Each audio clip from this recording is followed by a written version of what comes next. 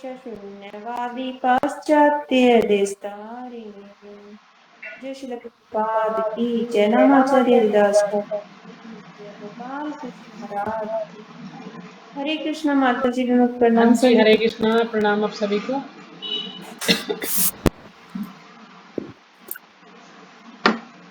अब श्लोक का उच्चारण कर लो। सभी का हार्दिक स्वागत है आज की कक्षा में। एक बार माता जी का स्वागत करेंगे सब हरे कृष्णा महामंत्र बोलकर।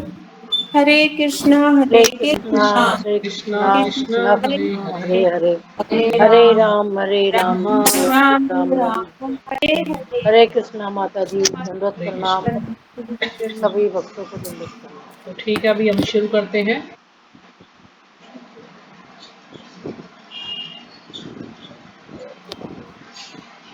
श्लोक संख्या 14 है माता जी।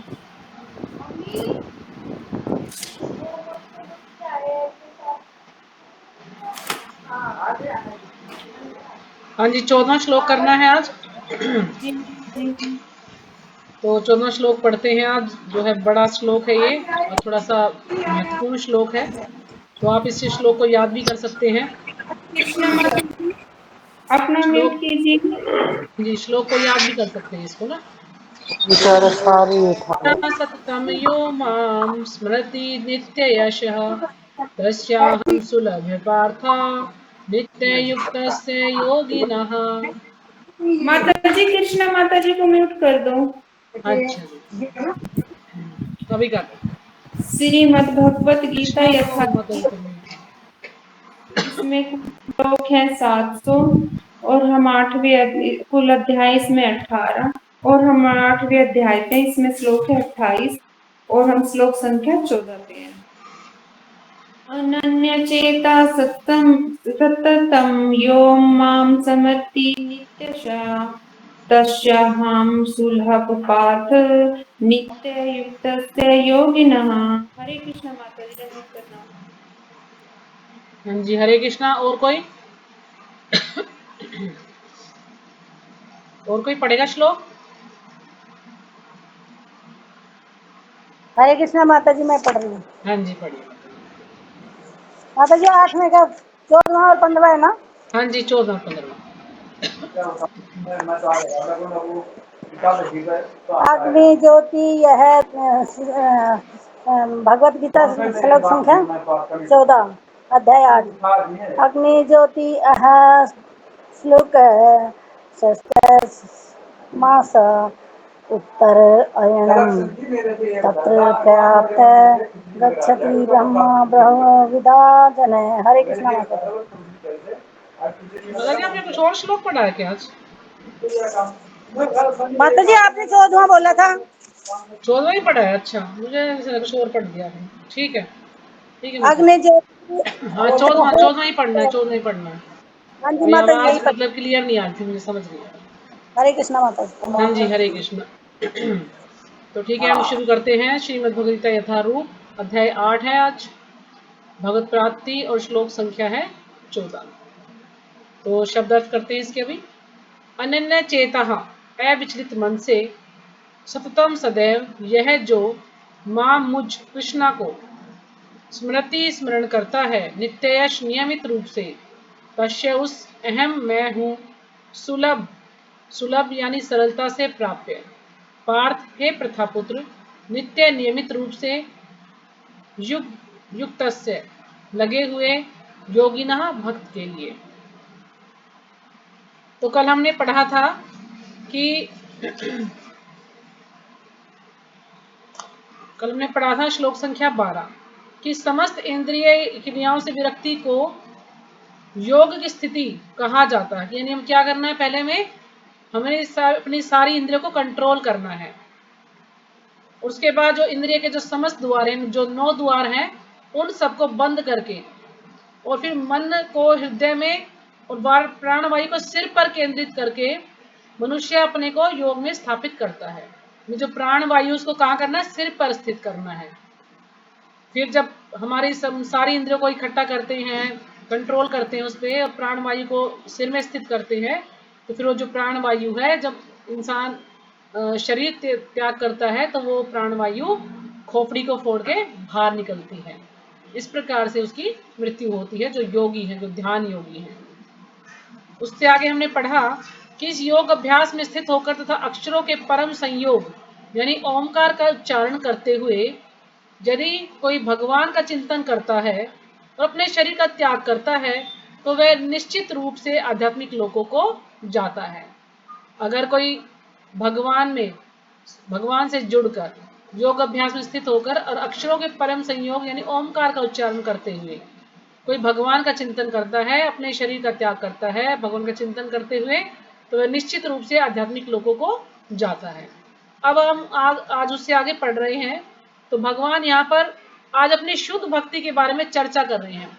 उससे पहले हमने चर्चा की वही योगी के बारे में, षट चक्र योग के बारे में। अब जो बिल्कुल शुद्ध भक्ति है उसके बारे में यहाँ पर चर्चा कर रही है कि हे अर्जुन, जो अनन्य भाव से निरंतर मेरा स्मरण करता है उसके लिए मैं सुलभ हूँ। यानी जो अनन्य भाव से यानी और कोई अन्य नहीं, यानी भगवान से अलग और किसी की पूजा ना करे कि सोचे कि मैं शिव जी की पूजा कर लूं, गणेश की भी कर लूं, भगवान की भी कर लूं, देवी की भी कर लूं। नहीं, बिल्कुल कृष्ण की ही पूजा करनी है और बिल्कुल अविचलित मन से, यानी उसका मन विचलित नहीं होना चाहिए, उसे ये पछतावा भी नहीं होना चाहिए कि मैंने भगवान की पूजा क्यों की। यानी उसे विश्वास है पता नहीं भगवान मेरा कुछ करेंगे नहीं करेंगे, मतलब उसको दृढ़ विश्वास होना चाहिए। पूरी तरह से भगवान की भक्ति करनी चाहिए उसको, और कुछ नहीं करना चाहिए। बस सिर्फ भगवान का ही निरंतर 24 घंटे भगवान का ही स्मरण करना चाहिए। तो ऐसे व्यक्तियों के लिए भगवान कह रहे मैं सुलभ हूँ। यानी ऐसे व्यक्तियों के लिए सुलभ का मतलब मैं उससे सरलता से प्राप्य हूँ, वो मुझे आसानी से प्राप्त कर सकते हैं जो कि अनन्य चेता हैं, जो अनन्य भाव से मेरा भजन करते हैं, क्योंकि वह मेरी भक्ति में प्रवृत्त रहता है। वह मेरी भक्ति में प्रवृत्त यानी लगा हुआ, वो हमेशा मेरी भक्ति में लगा रहता है, इसलिए मैं उसके लिए सुलभ हूँ, मुझे आसानी से प्राप्त कर सकता है जो 24 घंटे भगवान की भक्ति में लगा रहता है। तो तात्पर्य श्रीपाद जी के द्वारा, श्रीपाद जी की जय। अभी श्रीपाद जी हमें इसमें तात्पर्य में समझाएंगे और अच्छे से कि कैसे हम भगवान की अनन्य भक्ति कर सकते हैं। इस श्लोक में उन निष्काम भक्तों द्वारा प्राप्तव्य अंतिम गंतव्य का वर्णन है जो भक्ति योग के द्वारा भगवान की सेवा करते हैं। अब जो श्लोक है इसमें जो निष्काम भक्त है, निष्काम भक्त यानी उनको कोई इच्छा नहीं है, वो बिना किसी हेतु के भगवान की सेवा करना चाहते हैं। उनकी कोई इच्छा नहीं है कि भाई मुझे जो ये चाहिए वो चाहिए, नहीं, ऐसा कोई भी इच्छा नहीं है उनकी। और वो अंतिम गंतव्य का वर्णन है, यानी वो चरम लक्ष्य है, भगवान को प्राप्त करना चाहते हैं। तो जो भक्ति योग के द्वारा भगवान की सेवा करते हैं, निष्काम भक्त होते हैं जो भगवान की सेवा करते हैं बिना किसी लाभ के, बिना किसी लोभ के कि मेरा ये कार्य हो जाए, नहीं, निष्काम भाव से। पिछले श्लोकों में 4 प्रकार के भक्तों का वर्णन हुआ है, आर्त, जिज्ञासु, अर्थार्थी और ज्ञानी। तो हमने 7वें अध्याय में पढ़ा ना, 7.14 में पढ़ा हमने ये कि आर्त, या और कोई श्लोक होगा मुझे इतना याद नहीं है, कि आर्त, जिज्ञासु, अर्थार्थी और ज्ञानी 4 प्रकार के लोग भगवान ने बताए थे कि 4 प्रकार के लोग जो है भगवान की शरण ग्रहण करते हैं। आर्त यानी जो दुखी व्यक्ति हैं, जो पीड़ित हैं, अर्थार्थी जिसको धन की आवश्यकता है, जिज्ञासु जो भगवान को के बारे में कुछ जानना चाहता है, और ज्ञानी जो कि भगवान को ज्ञान के द्वारा भगवान के बारे में जानता है। तो इसमें भगवान कहते हैं कि भगवान को ज्ञानी व्यक्ति जो है सबसे ज्यादा पसंद है, प्रिय है। क्यों प्रिय है? क्योंकि ज्ञानी जो है उसकी कोई इच्छा नहीं होती, वो ये नहीं होता कि मुझे ये धन मिल जाए वो मिल जाए तो मैं भक्ति करूंगा। जैसे जो आर्त है वो अपने दुख दूर करने के लिए भगवान की शरण में जाता है, अर्थार्थी है धन की इच्छा से भगवान की शरण में जाता है, जिज्ञासु भी कुछ जानना चाहता है, लेकिन जो ज्ञानी है उसकी कोई इच्छा नहीं होती है, वो सिर्फ भगवान का नाम लेना चाहता है, भगवान की भक्ति करना चाहता है। और जो ज्ञानी व्यक्ति है वो शुरू में अपने ज्ञान के द्वारा, लेकिन धीरे धीरे वो फिर भक्त बन जाता है। वैसे तो ये चारों लोग जो है बाद में भक्त बन सकते हैं, लेकिन ज्ञानी भगवान को ज्यादा प्रिय है इसमें से, क्योंकि उसकी कोई भी इच्छा नहीं होती है, वो बिना इच्छा के भगवान की भक्ति करता है। तो जैसे कि सुखदेव गोस्वामी है या 4 कुमार है, वो क्या है, पहले ज्ञानी ही थे, यानी निर्विशेषवादी थे, वो लोग मायावादी थे, लेकिन धीरे धीरे जब भक्ति में आए, भगवान के बारे में जब उन्होंने सुना, तो वे फिर भगवान के शुद्ध भक्त बन गए हैं। मुक्ति की विभिन्न विधियों का भी वर्णन हुआ है। अब मुक्ति की बहुत सारी विधियां हैं, कर्म योग, ज्ञान योग तथा हठ योग। अब कर्म योग क्या है? कर्म योग यानी कोई कर्मयोगी व्यक्ति है, वो क्या करता है कि अपने कर्मों को भगवान को अर्पित कर देता है। कर्मयोगी जो कर्म करता है, यानी नित्य कर्म भी करता है और अपना स्वधर्म है उसका, यानी दो प्रकार के वो कर्म करता है। एक तो नित्य कर्म जो कि प्रतिदिन सभी लोग करते हैं, दूसरा एक स्वधर्म यानी उसका जो कर्म है, जैसे क्षत्रिय का कार्य क्या है? युद्ध करना। ब्राह्मण का क्या कार्य क्या है? वेद पाठ करना, औरों को भी ज्ञान देना। तो इस प्रकार से जो उसके नित्य कर्म, जो स्वधर्म है उसका, वो अपने जो भी कर्म करता है शास्त्रों के अनुसार, उनका जो भी फल है वो भगवान को अर्पित कर देता है। यानी उसको कोई भी आसक्ति नहीं होती कि मैंने इतने अच्छे कर्म किए तो मुझे उसका कुछ फल मिलना चाहिए। नहीं, कोई भी आसक्ति नहीं उसकी, वो भगवान को अर्पित कर देता है, तो वो है कर्म योगी। ठीक है। दूसरा है, इसमें है फिर दूसरा है ज्ञान योगी। तो ज्ञान योगी क्या कर रहा है कि ज्ञान योगी जो व्यक्ति शास्त्रों के ज्ञान द्वारा आत्मा और शरीर के अंतर को समझने की कोशिश करता है, वह ज्ञान योगी है। जो कि शास्त्रों के द्वारा भगवान को और अपने आप को समझने का जो प्रयास करता है, वो ज्ञान योगी है कि मैं कौन हूं और भगवान कौन है। आत्मा और परमात्मा का ज्ञान शास्त्रों के द्वारा जो करना चाहता है प्राप्त। तीसरा है हठ योगी। हठ योगी यानी जो अष्टांग योगी है या जो षट चक्र योगी बोल सकते हैं, जो कि हठ योग है ना, बड़ा कठिन तप करते हैं ये लोग। अपनी प्राणवायु को जो है इस इकट्ठा करते हैं, अपनी सारी वायु को, उसको सिर तक जो है स्थित करते हैं उसको, है ना। जो है एक ये जो है कुछ खाते भी नहीं है, बिल्कुल ध्यान में बैठ जाते हैं, एकांत स्थान में जाते हैं, जमीन में कोई जो है किसी हिरण की खाल बिछा करके बैठते हैं। तो इन्हें बड़ी कठिन तपस्या है इनकी, अष्टांग योग जो बोलते हैं। इसमें ऐसा कुछ नियम होते हैं करने के, कुछ नहीं करने के होते हैं। तो इस प्रकार से ये हठ योग है, यानी ये बड़ा कठिन विधि है ये हठ योगी। तो इस प्रकार से ये 3 प्रकार के अध्यात्मवादी यहाँ पर बताए गए हैं। तो इस योग पद्धतियों के नियमों से कुछ ना कुछ भक्ति मिली रहती है, लेकिन जो भी नियम है, जो भी योग पद्धति या कर्म योगी हैं या ध्यान योग कर्म योगी हैं, ज्ञान योगी हैं और हठ योगी हैं, तो इनमें कुछ ना कुछ भक्ति सम्मिलित रहती है। यानी कुछ कुछ साधना तो करते ही है, साथ साथ भक्ति भी है। तो यानी इसको कहा जाता है मिश्रित भक्ति है ये मिश्रित भक्ति है, यानी उनमें कुछ उनकी इच्छाएं भी होती हैं, ये कुछ सिद्धि प्राप्त करने के लिए भी करते हैं और थोड़ा भगवान की तरफ रुझान भी होते हैं, भगवान के बारे में जानते हैं ये लोग, यानी भगवान को भी जानते हैं, उनकी कुछ इच्छाएं भी होती हैं। तो इस प्रकार से इसको कहा गया ये मिश्रित भक्ति है, यानी कुछ ना कुछ इसमें भक्ति मिली रहती है। लेकिन इस श्लोक में शुद्ध भक्ति योग का वर्णन है, जिसमें ज्ञान कर्म या हठ का मिश्रण नहीं होता। लेकिन जो श्लोक दिया है इसमें शुद्ध भक्ति के बारे में वर्णन किया गया है। इस शुद्ध भक्ति में ज्ञान कर्म और हठ का कोई मिश्रण नहीं होता है, यानी इन सबसे अलग होती है शुद्ध भक्ति। यानी इसमें वो कुछ नहीं सोचता है भक्त, बस वो 24 घंटे सिर्फ भगवान का ही नाम जप करता है, भगवान की ही सेवा करना चाहता है।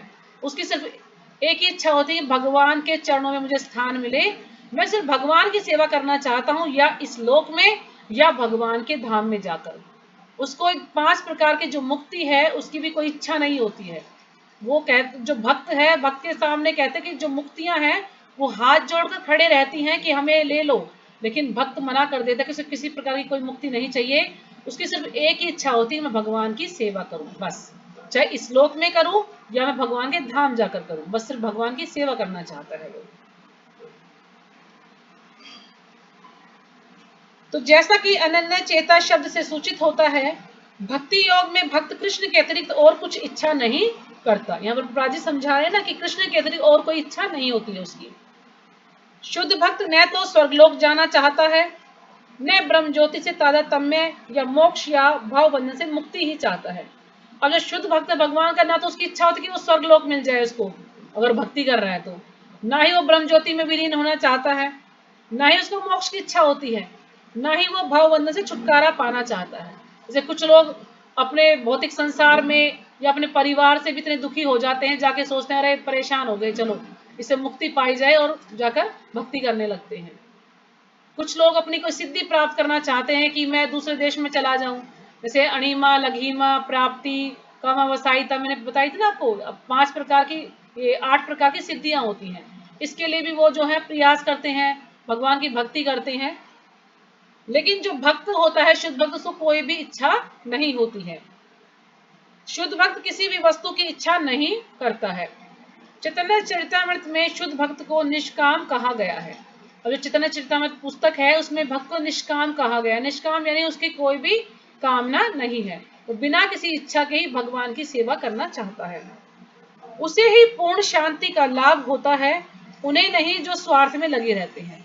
यानी जो शुद्ध भक्त है उसको पूर्ण शांति का लाभ होता है, पूर्ण शांति उसको मिलती है भगवान की सेवा करके। लेकिन जो और है वो क्या है, सिर्फ अपने स्वार्थ के लिए भक्ति में लगे रहते हैं, कोई ना कोई स्वार्थ होता है उनका। एक और जहां ज्ञान योगी, कर्म योगी या हठ योगी का अपना अपना स्वार्थ रहता है, इन तीनों का अपना अपना स्वार्थ रहता है। क्यों? क्योंकि जो ये जो कर्म योगी है वो अपने हृदय के शुद्धिकरण के लिए भगवान की भक्ति करना चाहता है। जो ज्ञान योगी है वो आत्मा को जानने के लिए जो है भक्ति करना चाहता है। और जो क्या नाम है इसमें, हठ योगी है, वो आत्मा और परमात्मा का ज्ञान लेने के लिए भक्ति करना चाहता है। यानी कुछ ना कुछ उनकी इच्छा है इसमें। लेकिन जो शुद्ध भक्त है उसकी कोई भी इच्छा नहीं है, वो सिर्फ भगवान की भक्ति करना चाहता है। तो वही पूर्ण भक्त में भगवान को प्रसन्न करने के अतिरिक्त अन्य कोई इच्छा नहीं होती, वो सिर्फ भगवान को प्रसन्न करना चाहता है। वो सोचता कि मैं ऐसा कौन सा कार्य करूं जिससे भगवान प्रसन्न हो जाए, भगवान को खुशी मिले। ऐसा कौन सा मैं कार्य करूं, ऐसी कौन सी मैं सेवा करूं जिससे भगवान प्रसन्न हो जाए, बस ये सोचता है वो। अतः भगवान कहते हैं कि जो एक निष्ठ भाव से उनकी भक्ति में लगा रहता है उसे वे सरलता से प्राप्त होते हैं। यानी जो एक निष्ठ भाव से और कुछ नहीं सोचता, वो सिर्फ भगवान को प्रसन्न करने के लिए सोचता है, भगवान की सेवा के लिए सोचता है, तो वो भगवान को आसानी से प्राप्त कर लेता है। यानी भगवान का प्रेम उसको प्राप्त हो जाता है। यानी हम कोई भी जब कार्य करते हैं तो वो क्या है, वो हमारा साधन है। जैसे कि मंगल आरती करना, भगवान को भोग लगाना, भगवान को स्नान कराना, ये सब क्या है, ये साधन है। और फिर उसके बाद हमें क्या मिलेगा, साध्य। साध्य यानी हमें भगवान का प्रेम प्राप्त होगा। जब हमें साधना भक्ति में लगे रहते हैं तो फिर हमें भगवान की प्रेमा भक्ति, भगवान का प्रेम हमें प्राप्त होता है। धीरे धीरे जैसे जैसे हम भक्ति में आगे बढ़ते जाते हैं तो हमें भगवान का प्रेम प्राप्त होता है। ये बहुत ही सबसे लास्ट की स्टेज है, अंतिम अवस्था है जब हमें भगवान का प्रेम प्राप्त होता है। जब प्रेम प्राप्त होता है तो हमारे अंदर अष्ट विकार उत्पन्न होते हैं। इंसान बिल्कुल, उसके आंसू निकलने लगते हैं, उसे ये नहीं पता चलता किस प्रकार से उसके आंसू निकलते हैं। वो बिल्कुल भगवान का नाम ही सुनना चाहता है, बिल्कुल पागल की तरह से व्यवहार करता है, पसीना आ जाता है उसके अंदर, उसे होश नहीं रहता वो कहाँ पड़ा है, बस सिर्फ उसको भगवान ही चाहिए। तो इस प्रकार से उसके अष्ट विकार उसके अंदर ये दिखाई देते हैं, जो कि शुद्ध भक्त होता है और उसको आखिर में भगवान का प्रेम प्राप्त होता है। तो क्रम अनुसार ये चलता है। तो शुद्ध भक्त सदैव कृष्ण के विभिन्न रूपों में से किसी एक की भक्ति में लगा रहता है। अब शुद्ध भक्त जो है भगवान के किसी एक रूप में स्थिर रहता है। अब भगवान के इतने सारे रूप हैं, राम अवतार, कृष्ण है, नरसिंह अवतार है, वामन है, और इतने सारे जो है भगवान के अवतार हैं। लेकिन वो सिर्फ एक अवतार में ही जो है अपना मन लगाता है, उसमें स्थिर रहता है। अब कृष्ण के अनेक स्वांश हैं, स्वांश अवतार हैं, जैसे कि राम है, नरसिंह है, जिनमें से भक्त किसी एक रूप को चुनकर उसकी प्रेम भक्ति में मन को स्थिर कर सकता है। सिर्फ एक अवतार चुनता है, वो एक रूप चुनता है भगवान का, और उसमें ही अपनी पूरी साधना करता है, प्रेम भक्ति में मन को स्थिर करता है वो। ऐसे भक्त को उन अनेक समस्याओं का सामना नहीं करना पड़ता जो अन्य लोग के अभ्यासकर्ताओं को झेलनी पड़ती है। तो ऐसा जो भक्त है उसके अगर जीवन में कोई समस्याएं भी आती हैं तो उसे उन समस्याओं का सामना नहीं करना पड़ता। क्यों? क्योंकि जो और लोगों को समस्याएं झेलनी पड़ती हैं, जो अभ्यास कर रहे हैं भक्ति का, उनको जो झेलना पड़ता है, वो जो भगवान का शुद्ध भक्त है उसको नहीं झेलना पड़ता। जैसे कि एक छोटी सी इसमें स्टोरी है कि एक बार एक व्यक्ति था, तो टॉयलेट में वो जाके भगवान का नाम जप रहा था। तो हनुमान जी वहां से गुजर रहे, तो हनुमान जी ने उसको पीठ में लात मारी कि तुम इतने गंदे स्थान में जो भगवान का नाम क्यों जप रहे हो, भगवान का नाम इतना शुद्ध है। तो अब जो भगवान राम का नाम जप रहा था, तो कहते हैं कि भगवान राम ने वो जो लात हनुमान जी, भगवान राम ने उसको जो है सहन किया, उसको ग्रहण किया। क्यों? क्योंकि वो व्यक्ति हनुमान जी की लात सहन नहीं कर सकता। तो जब हनुमान जी भगवान राम से मिलने गए तो उन्होंने देखा कि भगवान की पीठ में पैर का निशान है। तो उन्होंने सोचा कि आपको क्या हुआ? कह रहे तुमने तो लात मारी थी। तो उन्होंने कहा कि मैंने और आपको लात कैसे मार सकता हूँ? तो कहने लगे जब तुमने मेरे भक्त को लात मारी तो मेरा जो भक्त था वो तो तुम्हारी लात सहन नहीं कर सकता ना, तो मुझे ही जाना पड़ा, फिर मैंने जो है तुम्हारी लात सहन की। तो यानी भगवान अपने भक्तों को कभी भी कष्ट में नहीं देख सकते। जो भगवान के भक्त हैं, भगवान हमेशा उनकी सहायता करते हैं हर परिस्थिति में। तो चाहे हम टॉयलेट में ही क्यों ना भगवान का नाम जपे, हमें भगवान का नाम जपना है। क्यों? क्योंकि मृत्यु तो हमारी कभी भी आ सकती है।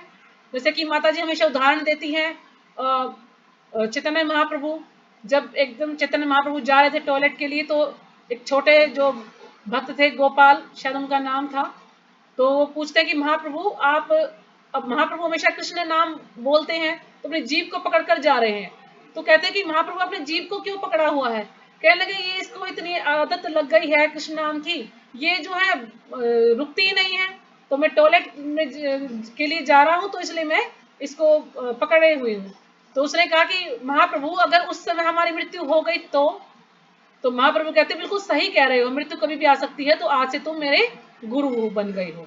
तो इसलिए गोपाल गुरु उनको बोलते हैं। तो एक छोटी सी कथा है समझाने के लिए सिद्धांत को, कि नहीं हमारी मृत्यु कभी भी आ सकती है। ये ना सोचे कि हमारी मृत्यु अच्छे ही उसमें आएगी। तो हमें हमेशा भगवान का नाम जपना चाहिए, चाहे हम किसी भी स्थान में हों। तो भक्ति योग अत्यंत सरल, शुद्ध तथा सुगम है। तो भक्ति योग बहुत ही सरल है, आसान है और शुद्ध है और सुगम है। इसका शुभारंभ हरे कृष्ण जप से किया जा सकता है। तो हमें शुरुआत कहां से करनी है? भगवान श्री कृष्ण के नाम के जो जप है, उनके नामों का जप हमें करना है। भगवान सबों पर कृपालु हैं, किंतु जैसा कि पहले कहा जा चुका है, जो अनन्य भाव से उनकी सेवा करते हैं वे उनके ऊपर विशेष कृपालु रहते हैं। भगवान तो सब पर कृपालु हैं, लेकिन जो उनकी अनन्य भक्ति करते हैं उन पर विशेष कृपालु होते हैं। जैसे हमारे भी कई बच्चे हैं, कोई बच्चा माँ बाप की ज्यादा सेवा करता है, कोई कम करता है, तो माँ बाप का भी होता है ना कई बार कि भाई ये मेरा कितना ध्यान रखता है, तो थोड़ा उसके प्रति लगाव ज्यादा होता है। तो इसी प्रकार से जो भगवान है, जब देखते हैं कि मेरा शुद्ध भक्त हमेशा मेरी ही भक्ति करता है, मेरा ही नाम जपता है, तो उसकी तरफ थोड़ा सा भगवान का रुझान ज्यादा होता है। भगवान उसकी जो है ज्यादा सहायता करते हैं, उसकी ज्यादा कहना सिफारिश करते हैं, उसको ज्यादा पसंद करते हैं। तो इस प्रकार से भगवान अपने भक्तों के लिए विशेषकर दयालु हैं। जैसे इसमें एक छोटा सा घटना है कि एक बार श्रीवास ठाकुर से भगवान कहने लगे कि श्रीवास ठाकुर तुम्हारी पत्नी है, बच्चे हैं, तो तुम अपने घर का भरण पोषण कैसे करते हो? तो श्रीवास ठाकुर ने कहा कि महाप्रभु हम एक दिन भूखे रह लेते हैं, फिर दूसरे दिन भी भूखे रह लेते हैं, अगर तीसरे दिन भी हम भूखे रहते तो फिर हम पत्थर बांध के और यमुना में कूद जाते हैं। तो यमुना में कूद जाएंगे तो उसमें ही हम जो है समा जाएंगे। फिर भगवान कहते हैं नहीं, तुम ऐसा कैसे बोल सकते हो? तुम्हें किसी प्रकार की जो लक्ष्मी है, लक्ष्मी भी एक समय भीख मांग सकती है, लेकिन मेरा भक्त कभी उसको किसी प्रकार की कोई कमी नहीं होगी। तो तुम्हें किसी प्रकार की कोई कमी नहीं होगी, तुम कभी भूखे नहीं रहोगे। तो हम महाप्रभु उसको बोलते हैं। ये चैतन्य चरितामृत में आती घटनाएं। तो यानी महाप्रभु जो भगवान है वो हम भक्तों पर हमेशा दयालु रहते हैं, भक्तों की हमेशा हर इच्छा पूरी करते हैं। अब ये आप ना समझे कि आज मैंने ये इच्छा करी थी और भगवान ने मेरी इच्छा पूरी नहीं करी। वो भगवान देखते हैं कि किसको कब क्या देना है। एकदम से भगवान किसी को कुछ नहीं देते, क्योंकि भगवान ये देखते कभी इसको देने से ये बिगड़ ना जाए, है ना, कभी भक्ति से पतित ना हो जाए। तो जब भगवान को सही लगता है तो भगवान वो हमें देते हैं, लेकिन भगवान हमारी इच्छा अवश्य पूरा करते हैं। बिल्कुल ये 100% है, चाहे वो अपने तरीके से करते हैं, लेकिन वो पूरा अवश्य करते हैं। किंतु जैसा पहले ही कहा जा चुका है, जो अनन्य भाव से उनकी सेवा करते हैं वे उनके पर विशेष कृपालु रहते हैं। भगवान ऐसे भक्तों की सहायता अनेक प्रकार से करते हैं, जैसा कि वेदों में कठोपनिषद में 1:2:23 में कहा गया है, जमे जमे वेश्य वर्णुते लितेन लभ्यस्तः सयेस आत्मा विवर्णुते तनु तनु स्वाम। जिसने पूरी तरह से भगवान को की शरण ले ली है और जो उनकी भक्ति में लगा हुआ है, वही भगवान को यथारूप में समझ सकता है। जिसने भगवान की पूरी तरह से भगवान के शरणागत है, भगवान की भक्ति करता है, वही भगवान को अच्छी प्रकार से समझ सकता है। तथा गीता में भी 10.10 में कहा गया ददामी बुद्धि योगम तम ये माम उपयांति ते। तो 10वें अध्याय का जो श्लोक है ये, तो भगवान इसमें कह रहे हैं कि ऐसे भक्त को भगवान पर्याप्त बुद्धि प्रदान करते हैं जिससे वह उन्हें भगवत धाम में प्राप्त कर सके। यानी जो भगवान की भक्ति करता है, भगवान का नाम लेता है, चाहे वो मूर्ख भी है, तो भगवान उसको इतनी जो है बुद्धि देंगे कि वो अच्छे से भगवान का नाम ले पाएगा। जैसे कि इसमें आपने ये घटना सुनी है ना कितनी बार, एक गरीब ब्राह्मण होता है और वो कृष्णा ये गीता को पढ़ता रहता है और उसकी आंखों से आंसू झड़ते रहते हैं आंसू। तो वहां पर जो और लोग बड़ा मजाक उड़ाते हैं उसका, क्यों? क्योंकि वो अनपढ़ ब्राह्मण था। अब वो उसको पढ़ रहा है, तो महाप्रभु वहां से गुजरे, तो महाप्रभु उसके पास गए, उन्होंने पूछा कि तुम रो क्यों रहे हो? तो उसने कहा कि जो इसमें ये रथ और ये चित्र बना हुआ ना भगवत गीता के बाहर, कि अर्जुन खड़े हैं और भगवान खड़े हैं रथ पर, तो इसलिए मैं इसको जब भी देखता हूँ तो मेरी आंखों से आंसू बहने लगते हैं। मैं ये सोचता हूँ कि भगवान कितने दयालु हैं। मुझे पढ़ना लिखना नहीं आता, लेकिन मेरे गुरु की आज्ञा है कि मुझे ये पढ़ना है, तो मैं इसलिए इसको पढ़ता हूँ। तो महाप्रभु कहते हैं कि वास्तव में तुमने ही इस गीता के ज्ञान को समझा है और किसी ने नहीं। तो भगवान उसको गले से लगाते हैं, उसका आलिंगन करते हैं और उसको इतनी बुद्धि देते हैं कि उसको गीता का पूरा ज्ञान हो जाता है। तो हमें ये ना सोचे कि हमें कुछ नहीं आता, हमें सिर्फ अपना प्रयास करना है। वो भगवान देख लेंगे कि हमारा प्रयास कैसा है, तो भगवान हमें बुद्धि देंगे। जैसे कि मैं भी कई बार सोचती हूँ कि ये श्लोक मुझे बड़ा अच्छा लगता है, क्यों? क्योंकि मैं भी वो ना मूर्ख हूँ, मूर्ख थी बिल्कुल ही कुछ नहीं, मैं कभी सोच भी नहीं सकती मैं इस तरह से क्लास दे सकती हूँ किसी को मैं कुछ दो शब्द समझाने का प्रयास कर सकती हूँ, क्योंकि मुझे खुद ही कुछ नहीं आता था। तो यानी भगवान ने भी मुझे कृपा की है मुझ पर, ऐसी गुरु महाराज ने भी कृपा की है ताकि मैं कुछ बोल पा रही हूँ यहाँ पर। तो भगवान ये देखते कि हमारा प्रयास कैसा, हम ये ना देखे कि अरे मुझको तो ये भी नहीं आता, मैं तो ये सेवा भी नहीं कर सकता, क्योंकि सबके अंदर अलग अलग गुण होते हैं। कोई भक्ति अच्छे से करता है, कोई नाम जप अच्छे से करता है, कोई कुकिंग अच्छे से करता है, कोई जो है भगवान की ड्रेस अच्छे से बनाता है। तो जिसके अंदर जो भी गुण है वो उसको भक्ति में लगाए, भगवान के लिए अच्छे पकवान बनाए, भगवान की सुंदर सुंदर ड्रेस बनाए, भगवान की सुंदर सुंदर माला बनाए। तो जिसके अंदर जो गुण हो भक्ति में लगाए उसको, तो इससे भगवान बहुत प्रसन्न होते हैं। तो गीता में कहा गया है ददामी बुद्धि योगम तम ये माम उपयांति ते। ऐसे भक्त को भगवान पर्याप्त बुद्धि प्रदान करते हैं जिससे वह उन्हें भगवत धाम में प्राप्त कर सके। शुद्ध भक्त का सबसे बड़ा गुण यह है कि वह देश अथवा काल का विचार किए बिना अनन्य भाव से कृष्ण का ही चिंतन करता रहता है। यानी जो शुद्ध भक्त है उसका सबसे बड़ा गुण क्या है कि वह ये नहीं देखता वह किस देश में है, किस स्थान पर है ना, वो सिर्फ अनन्य भाव से पूरी श्रद्धा से भगवान का नाम ही जपता रहता है, चिंतन करता रहता है भगवान का। उसको किसी तरह का व्यवधान नहीं होना चाहिए, उसे कहीं भी किसी भी समय अथवा अपना सेवा कार्य करते रहने में समर्थ होना चाहिए, कि यानी कैसा भी परिस्थिति हो, कैसा समय हो, उसे अपनी सेवा करनी चाहिए। कुछ लोगों का कहना है कि भक्तों को वृंदावन जैसे पवित्र स्थानों में या किसी पवित्र नगर में जहां भगवान रह चुके हैं रहना चाहिए, किंतु शुद्ध भक्त कहीं भी रहकर अपनी भक्ति से वृंदावन जैसा वातावरण उत्पन्न कर सकता है। अब कुछ लोगों का मानना है कि जो भक्त है उसको किसी धाम में रहना चाहिए, वहीं पर भगवान का नाम लेना चाहिए, अगर भगवान ने अपना समय बिताया है तो ये कोई जरूरी नहीं है। अगर कोई रह सकता है तो बहुत अच्छी बात है, नहीं तो यहाँ पर प्रपात जी में समझा रहे कि जहां पर भक्त है, शुद्ध भक्ति कर रहा है, वही वृंदावन है। तो जैसे इसमें उदाहरण दिया है कि श्री अद्वैत ने चैतन्य महाप्रभु से कहा था कि आप जहां भी हैं हे प्रभु वही वृंदावन है। तो इसमें बताया कि एक छोटी सी घटना थी कि जब महाप्रभु ने संन्यास लिया तो गया जी गए थे वो, तो वहां पर जब वो गया जी पता कहाँ गए थे वो संन्यास लेने के बाद, तो वहां पर बलराम जी भी गए, तो वहां पर उन्होंने स्नान किया, तो बलराम जी उनके लिए वस्त्र लेकर गए थे क्योंकि महाप्रभु अपने वस्त्र लेकर नहीं गए। तो महाप्रभु कहते हैं कि बलराम तुम भी यहाँ पर आए हो, फिर वहां पर अद्वैत आचार्य भी होते हैं, तो कहते हैं तुम भी यहाँ पर आए हो। तो वो कहते हैं कि महाप्रभु जहां पर आप है वहीं पर वृंदावन है, तो इसलिए हम लोग आपके साथ ही, ये जरूरी कि हम वृंदावन में ही रहें, जहां पर आप है वहीं वृंदावन है। तो ये उस समय उन्होंने बोला था। तो यहाँ पर जहां पर भी भगवान का नाम लिया जा रहा है वो वृंदावन ही है।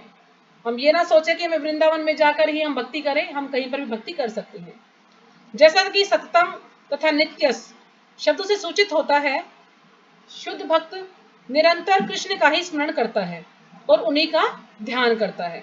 सततम यानी हमेशा 24 घंटे भगवान का कीर्तन करना है, नित्येश यानी नियमित रूप से। ऐसा नहीं कि एक दिन तो हमने पूरा दिन भगवान का नाम लिया और अगले दिन ना लिया। नियमित रूप से प्रतिदिन हमें भगवान का नाम 24 घंटे भगवान का नाम लेना है। सततम कीर्तयन्तो माम, ये कार्य हमें करना है। ये शुद्ध भक्त के गुण हैं जिनके लिए भगवान सहज सुलभ है। तो ये शुद्ध भक्त जो भी हमने पढ़ा, तो आज हमने शुद्ध भक्त के बारे में पढ़ा, तो आपको ये नोट भी कर सकते हैं कि शुद्ध भक्त के लक्षण वास्तव में क्या होते हैं। तो शुद्ध भक्त के लिए भगवान सुलभ है, यानी आसानी से वो भगवान को प्राप्त कर सकता है। गीता समस्त योग पद्धतियों में से भक्ति योग की ही संतुति करती है। अब जो गीता है वो भक्ति योग की संतुति करती है, यानी भक्ति योग के बारे में ही बताती है। सामान्यतः भक्ति योगी 5 प्रकार से भक्ति में लगे रहते हैं। अब जो भक्ति योगी हैं वो 5 प्रकार के रसों में लगे रहते हैं। 5 प्रकार के रस हैं ये। एक तो है शांत रस। तो शांत रस जो उदासीन रहकर भक्ति में युक्त होते हैं। अब शांत रस में क्या होता है कि व्यक्ति भगवान का पूरा आदर करता है, भगवान का सम्मान करता है, पूरे अच्छी तरह से भगवान के बारे में जानता है कि ये भगवान है और मुझे भगवान का नाम लेना चाहिए, भगवान ही सब कुछ है। लेकिन वो भगवान की अंतरंग सेवा नहीं करता, यानी भगवान की कोई सेवा नहीं करता, वो हमेशा शांत रहता है। तो शांत यानी वो शांत रस में रहता है, भगवान को सब के बारे में सब कुछ जानता है, मानता है, लेकिन भगवान की कोई सेवा नहीं करता। जैसे कि इसमें 4 कुमार और सुखदेव गोस्वामी है, वो भगवान को अच्छी तरह से जानते हैं, लेकिन कोई भगवान की कोई घनिष्ठ यानी भगवान की कोई निकटतम कोई सेवा नहीं करते हैं, वो अंतरंग सेवा नहीं करते भगवान की, इसलिए इसको कहा गया शांत रस में है वो। फिर है दास्य रस। अब दास्य भक्त जो दास के रूप में भक्ति में युक्त होते हैं। अब दास्य भाव में कौन है? हनुमान जी। हनुमान जी भगवान के दास रूप में जो है भगवान की सेवा करते हैं। उसके बाद आता है सख्य भक्त। सख्य भक्त यानी जो भगवान का मित्र रूप में, भगवान का सखा, भगवान का जो सखा है वो सेवा करता है। तो सेवा करता सखा भाव में कौन है? अर्जुन। अर्जुन भगवान के सखा हैं। तो ये जो सखा, ये जो सख्य भाव है, ये भी 2 प्रकार का होता है। सख्य भक्त 2 प्रकार के होते हैं। एक तो वो जो कि भगवान के दास रूप में भगवान की सेवा करते हैं, और दूसरे वो जो भगवान के शुभ चिंतक के रूप में भगवान की सेवा करते हैं। जैसे कि एक तो दास कि भगवान की हमें सेवा करनी है ना। दूसरा शुभ चिंतक यानी उनके हितैषी के रूप में, भगवान के लाभ के लिए कोई भी कार्य करे तो भगवान के लाभ के लिए करे, भगवान के बारे में चिंता लगी रहे कि यानी भगवान का के बारे में सोचते रहे कि नहीं आज तो भगवान का ये कार्य नहीं हुआ, या भगवान को कोई कुछ कह नहीं रहा, या भगवान का कुछ कोई निंदा कर रहा है। तो इस प्रकार से जो भगवान का पूरी तरह से हित चाहता है ना, वो है भगवान का हितैषी भक्त। फिर है वात्सल्य।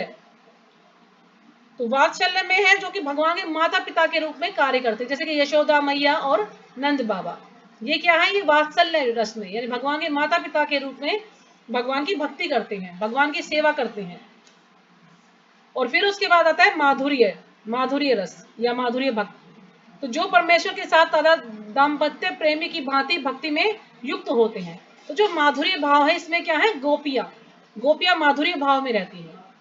वो यानी उनका प्रेम ऐसा नहीं है कि हम सोचे कि अरे भगवान तो इतने औरतों के साथ घूमते थे, रासलीला करते थे, यदि हम कुछ करते हैं तो कहते हैं ना, जैसे माता जी उदाहरण देती हैं कि भगवान करे तो रासलीला और हम करे तो ट्रैक्टर ढीला। तो ऐसा नहीं है, क्योंकि जो गोपियों का प्रेम है वो इतना उच्च कोटि का प्रेम है। वो ये हमारे जैसा प्रेम नहीं है आजकल जो कि ये करते हैं, भाई मैं उसको प्रेम करती हूँ या उसको प्रेम करता हूँ, ऐसा प्रेम नहीं है। ये उच्च कोटि का प्रेम है, यानी इसमें बिल्कुल कोई भी लेश मात्र भी कोई लाभ नहीं हो, कोई भी लालच नहीं होता, यानी उनका कोई भी काम भावना नहीं होती उसमें। यानी गोपियों का प्रेम ऐसा है कि जब एक बार आपने सुना, जैसे मैंने पहले बताया था आपको कि भगवान ने परीक्षा लेने के लिए नारद मुनि को कि भी कौन भगवान का शुद्ध भक्त है, तो नारद मुनि को भेजा।